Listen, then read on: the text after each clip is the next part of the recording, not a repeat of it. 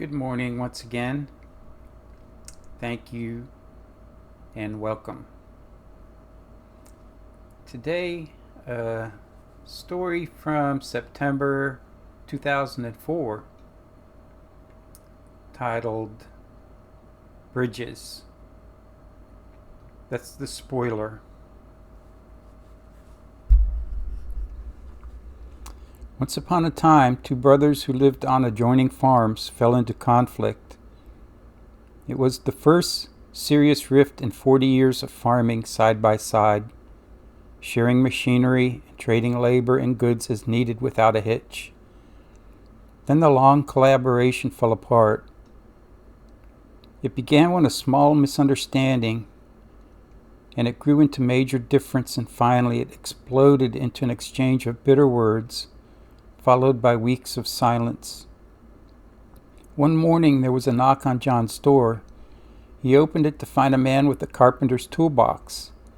"I'm looking for a few days' work," he said. "Perhaps you would have a few small jobs here and there I could help with." "Can I help you?" "Yes," said the older brother. "I do have a job for you. Look across the creek at the farm. That's my neighbor. In fact, it's my younger brother. Last week there was a meadow between us. He recently took his bulldozer to the river levee, and now there is a creek. Well, he may have done this to spite me, but I'll do him one better. See that pile of lumber by the barn? I want you to build me a fence, an 8-foot fence, so I won't need to see his place or his face anymore."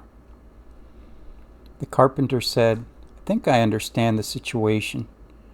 Show me the nails and the post hole digger, and I'll be able to do a job that pleases you." The older brother had to go to town, so he helped the carpenter get the materials ready, and then he was off for the day. The carpenter worked hard all that day, measuring, sawing, and nailing. About sunset, when the farmer returned, the carpenter had just finished his job. The farmer's eyes opened wide. His jaw dropped. There was no fence. It was a bridge that stretched from one side of the creek to the other, a fine piece of work with handrails and all.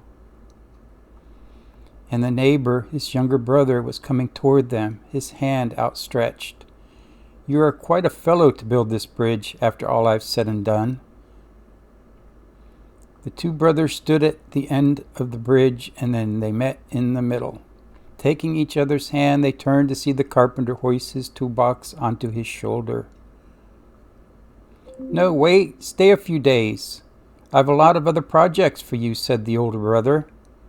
"I'd love to stay on," the carpenter said, "but I have many more bridges to build." Isn't it true that we spend so much time tearing down bridges that one day we would be required to cross? In other words, Jesus said, if we expect mercy, we must show mercy. If we expect God to forgive us, we must be forgiving to others. And isn't it true we all expect those things? Yet it seems to be at times a rarity amongst us humans. So let us go forth into our day. Let us build bridges of love with the cement of kindness and pillars of trust. And sometimes it seems like we're attempting the impossible, but we're not going to be judged on whether we're successful. It's that we try and that we have great faith. God bless everybody this Saturday. It's Immaculate Heart of Mary devotion. And to a lot of Christians, Mary is a sticking point for veneration. Isn't it true that we all expect others to show respect toward our mother, our earthly mother? Well, why wouldn't God expect the same for people to show respect to his mother? I think it's only right. On another day, I'll talk about devotion to the Immaculate Heart, some of its early beginnings and things like that. Well, thank you, everyone. Time is so precious. We only have so much of it in this world. Let's all try to do better. God bless you, and I do hope to see you tomorrow.